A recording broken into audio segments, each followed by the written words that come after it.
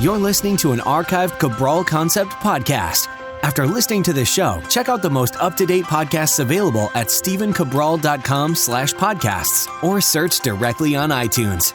And now, welcome to the Cabral Concept, where board-certified naturopath and integrative health practitioner Dr. Stephen Cabral shares how he was diagnosed at the age of 17 with a life-altering illness and given no hope for recovery. It was only after studying and traveling all over the world did he discover how to combine ancient Ayurvedic healing practices with state-of-the-art naturopathic and functional medicine to fully rebalance the body and re-energize it with life. It's time to discover how to get well, lose weight, and finally feel alive again. And now, here's your host, Dr. Stephen Cabral.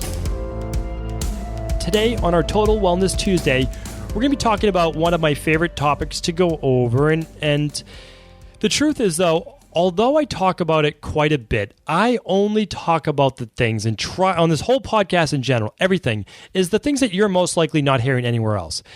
In my opinion, we do not need to go over things like you should be eating more vegetables, and here's why. And you know what? You really need to exercise, and here's why. And yoga is good for relaxation and breathing. You can hear that anywhere. And obviously, all those tips are fantastic. And I'm not putting anyone down who brings you those tips because they're just as valid as the ones that I'm teaching you. However, the topics that I try to bring you are things that are under the radar, that are things that are going to be popular 10 years from now. They really will be, because there's a trend with things is that they become true, or they've always been true. We rediscover them. We find out how great they work, and then it becomes mainstream, but then it becomes overkill. So it's like all we talk about, meaning like cleanses and juice cleanses were so amazing a couple years ago, and we were all doing these green juices for a week straight, and that's all we were doing. And before that was we were doing yoga, and then before that was maybe like Pilates, and then before that was like using a stability ball and functional medicine, and then after that was kettlebells and TRX.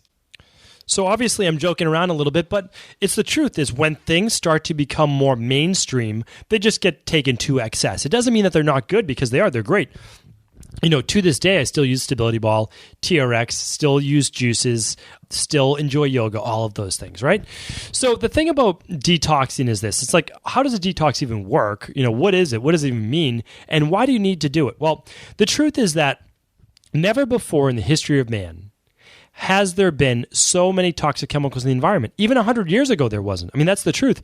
It's like, for as long as humans have been around, we've had natural organic compounds that our bodies have had to deal with. And yes, like some of that can be toxic as well. Every time we eat, there are toxic byproducts of even healthy foods. That's just the way it works.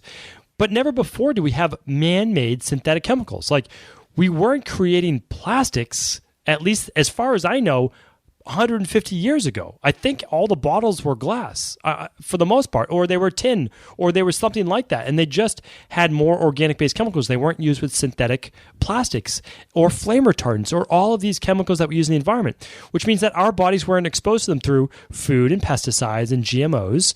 And they weren't, and by the way, pesticides is bug spray. That means you're swallowing bug spray, which is a neurotoxin. Like, it's legitimately a poison.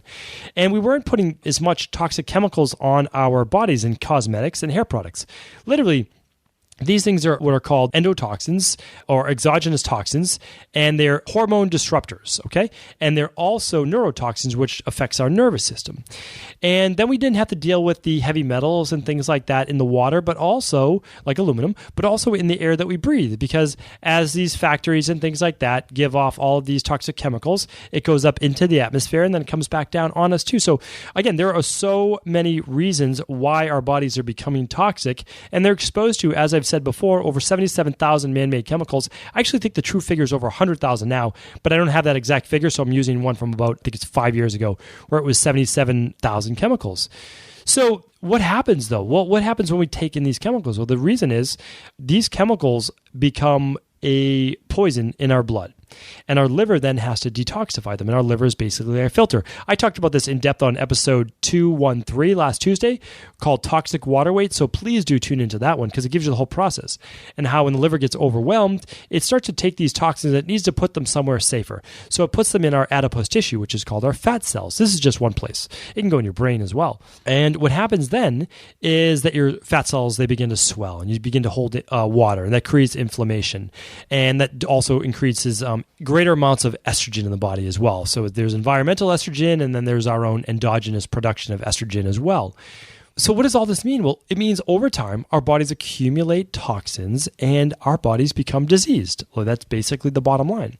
How does a detox work? Well, it works by giving strength back to your liver, meaning that there are no special things except a few things like Craxyl chlorella that actually bind to heavy metals like mercury and remove them from the body. But when you look at something like a detox, what you're doing is you're essentially strengthening your liver. Because again, your liver, which is that big organ under the right side of your rib cage, filters all of the blood in your body every 6 minutes. And what that means is this, is that it's cleaning your blood, and it takes all of these fat-soluble, harmful toxins and chemicals out of your blood. It turns them from a fat-soluble metabolite, okay, to a intermediate metabolite, it's called. And then in phase 2 of liver detoxification, it turns it into a water-soluble metabolite. And with that water-soluble metabolite, then it's more harmless. You can sweat it out, you can pee it out, you can poop it out, and sometimes you can even huff it out through carbon dioxide in your lungs.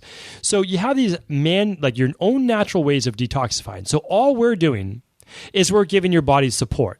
Now, if it was 200 years ago or more, maybe we wouldn't need the support. Maybe we wouldn't need as much. And back then, they just used to do a water fast. But now we have a whole 77,000 to deal with. So now we need a little bit of support. We need an army to deal with that invader army that is essentially in our bloodstream.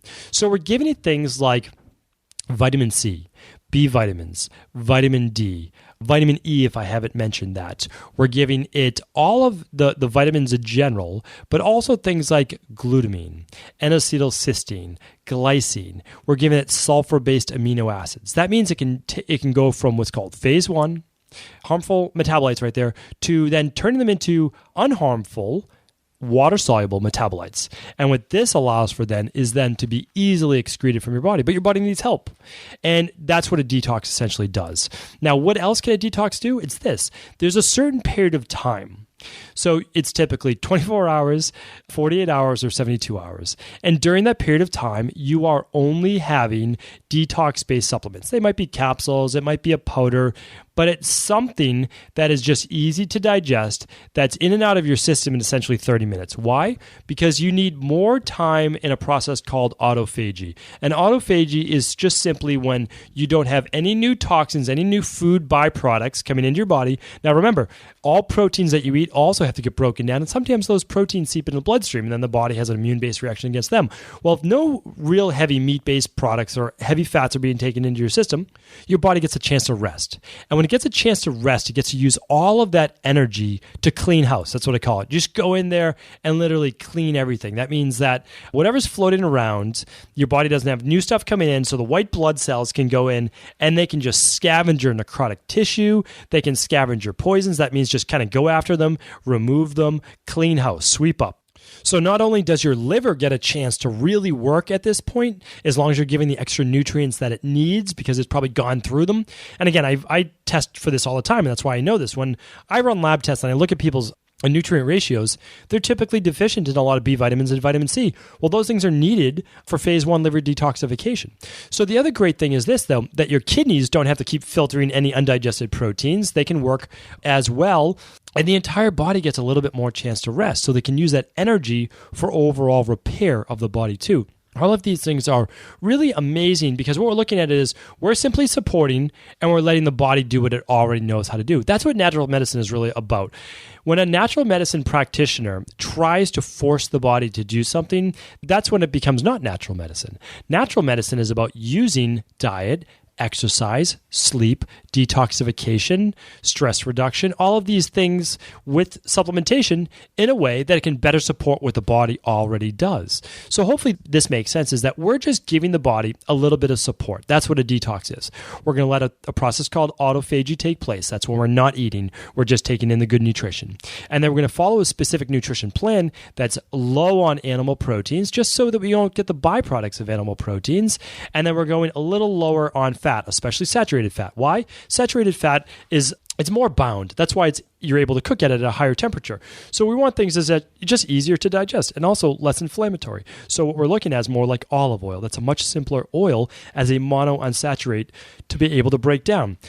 So that's essentially what a detox is. I mean, you can get much more in depth and talk about cytochrome P450 and all that, but I don't think it's necessary. I mean, why? All the information you just got is exactly why every human on Earth needs to be detoxified. And I shared on episode 213, and again, if you haven't listened to that one, do check that out. But on episode 213, I talked about how when I was studying in India, in literally the Himalayas, which is like probably one of the cleanest places that you could be, my mentor, who's a Ayurvedic doctor over there, one of my mentors, of course, I have many, he said, even if you were a yogi living in the Himalayas naked, meaning like not exposed to any of the chemicals from clothes, and just living off the land and drinking from the streams, you would still be exposed to toxins. That's essentially the bottom line, because we cannot escape the air that we breathe and everything around us.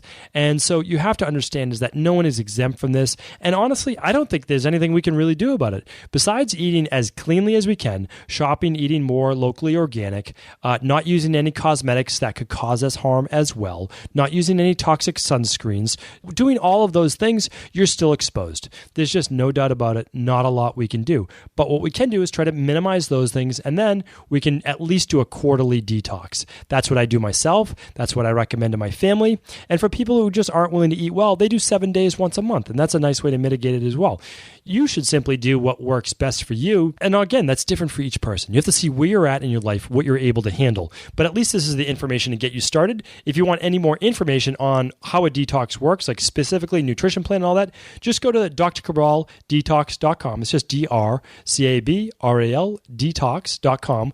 And you don't have to buy what I offer, but what you can do is you can look at that website and you can actually see the exact plan. You'll see days 1 and 2. You'll see the 4 shakes per day, and then you'll see days 3 through 7. You'll see it's shake, and then you'll see it's a vegetarian lunch, and then you'll see it's a shake, and then you'll see it's a either vegan or paleo-based dinner. So take a look at it. At least understand the process. That's what this is all about. It's education, because a lot of time you need the education first, and then weeks go by, and then months go by, and then something triggers you to say, you know what? That is really something that I should be doing. And then from there, you'll find the product, you'll find the actual program that you believe fits yourself best in life right now. So again, hopefully this episode provided you with some information, and please do feel free to pass on any of these episodes that you feel could benefit others, because what we're really trying to do right now is build community, but at the same time, we want to really just pass this information around. It's not commonplace. You're not hearing it really talked about in a lot of mainstream areas, and so let's just share this knowledge with others. Thanks again, everyone. Really appreciate you and all you do for the community as well, and passing on this information to others. Ever wonder what the best sauna, blue blockers, sleep trackers, wake lights, salt lamps, or other health gadgets are? Or what about the top non-toxic mattresses, sheets, soaps, bath products, toothpaste, and cookware? Or would you like to know the cleanest choices for hemp parts, meal delivery services, supplements, and much more? I personally curated, researched, and now created a resource page of all of my top picks that continues to grow each week. These are the exact products I use in my own life, with my family, in my private practice, and they're the ones I trust. To find out all of my up-to-date recommendations and all the details, simply head on over to stevencabral.com/resources.